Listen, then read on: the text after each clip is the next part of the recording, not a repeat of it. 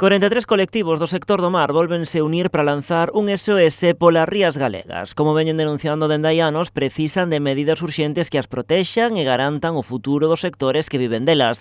Alertan da perda de productividade alarmante en rías como a de Arousa ou Noia, tomando como referencia as medias dos pasados 20 anos, falando unha perda económica de case 27 millóns de euros no 2022. 14 millóns son a ría de Arousa. Esta perda tan brutal que se produce a nivel galego é a mostra, é a expresión do abandono e do desleixo das competencias que ten a Xunta de Galicia no eido do marisqueo.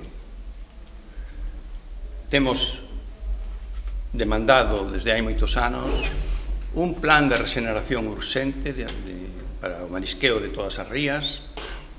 Acusan a Xunta de non tomar medidas para as rías, insistindo na necesidade dese plan de recuperación. Din que fan falta recursos humanos, económicos e tecnolóxicos para investigar e vixiar as condicións ambientais, os vertidos, a calidade de depuración da sedar e a calidade das augas dos ríos. Din que xa non é momento de poñerse de perfil e que a toma de decisións é urxente. Se a Administración non toma cartas no asunto, isto está indo a pasos agigantados.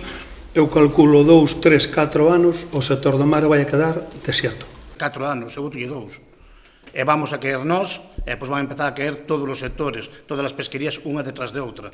Isto ou tomamos cartas no asunto ya, a Consellería métese a saco con isto, ou senón vamos a ter un problema moi grande. Unha situación que advirten pode xerar un efecto dominó na economía de moitas vilas costeiras. O problema, segundo salientan, xa se está a ver no volume de emprego, por exemplo, na mingua de permisos de marisqueo. Están caendo cada ano en cada cofradía cerca de 8, 10 persoas que se están indo, porque é normal, porque non se chega a un salario mínimo interprofesional. Aseguran que de fondo hai un obxectivo, mudar o modelo productivo sen que haxa un debate social sobre as consecuencias socioeconómicas e ambientais. Sospeitan que o novo modelo que se pretende instaurar favorece a intereses foráneos e minoritarios e crea menos postos de traballo que os que destrúe.